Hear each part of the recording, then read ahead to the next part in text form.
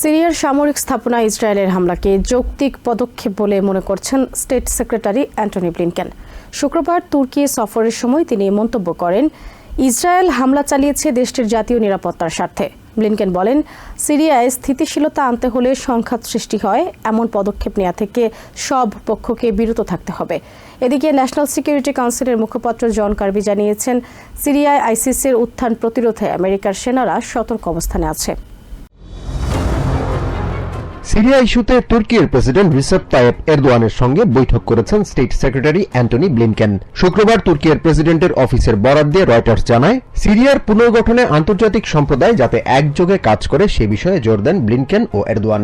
President এরদোয়ানের সাথে বৈঠকের আগে ব্লিনকেন জানান, সিরিয়ার সাথে সম্পর্ক আছে এমন সব পক্ষকেই সংঘাত সৃষ্টি হয় এমন পদক্ষেপ থেকে দূরে থাকতে হবে। তবে সিরিয়ার সামরিক স্থাপনায় ইসরায়েলের হামলাকে যৌক্তিক পদক্ষেপ বলেই মনে করছেন ব্লিনকেন। তিনি জানান, সিরিয়ার বিপুল পরিমাণ সমরাস্ত্র যেন ভুল ব্যক্তিদের হাতে না পড়ে সেই লক্ষ্যেই সামরিক স্থাপনাগুলোতে ইসরায়েল হামলা চালিয়েছে। অন্যদিকে আইসিস দমনে সিরিয়ায় অবস্থানরত আমেরিকার সামরিক বাহিনীর সদস্যদের সর্বোচ্চ সতর্ক থাকার কথা জানিয়েছেন ন্যাশনাল সিকিউরিটি কাউন্সিলের মুখপাত্র জন কার্বি।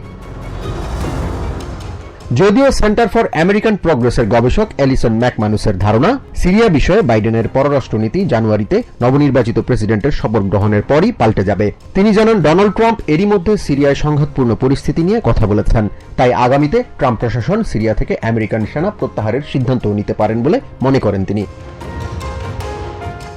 এদিকে ইউনিভার্সিটি অব এসেক্সের ইন্টারন্যাশনাল রিলেশনস বিভাগের অধ্যাপক নাতাশা লিনস্টার্ট বলেন, ট্রাম্পের প্রথম মেয়াদেই সিরিয়া থেকে সেনাদের সরিয়ে আনার আলোচনা উঠেছিল। এখন সিরিয়া থেকে আমেরিকান সেনাদের সরিয়ে আনলে আইসিস বাহিনী ঠেকাতে কোন ধরনের কৌশল নেওয়া হবে তা স্পষ্ট নয় বলেও জানান তিনি। অন্যদিকে শুক্রবার জুমার নামাজের পর ক্ষমতাচ্যুত প্রেসিডেন্ট বাশার আল আসাদের পতন উপলক্ষে সাধারণ মানুষকে বিজয় উদযাপনের আহ্বান জানান বিদ্রোহী প্রধান আহমাদ আল শাররা। সে আহ্বানে সাড়া দিয়ে নামাজের পরে সিরিয়ার রাজপথে ছিল জনগণের ঢল। 10,000-এরও বেশি সিরিয়ান জুমার নামাজের আগেই জড়ো হয়েছিলেন দামাস্কাসের ল্যান্ডমার্ক উমায়া মসজিদের সামনে। জাহান মিথুন, TVN 24 নিউজ ডেস্ক।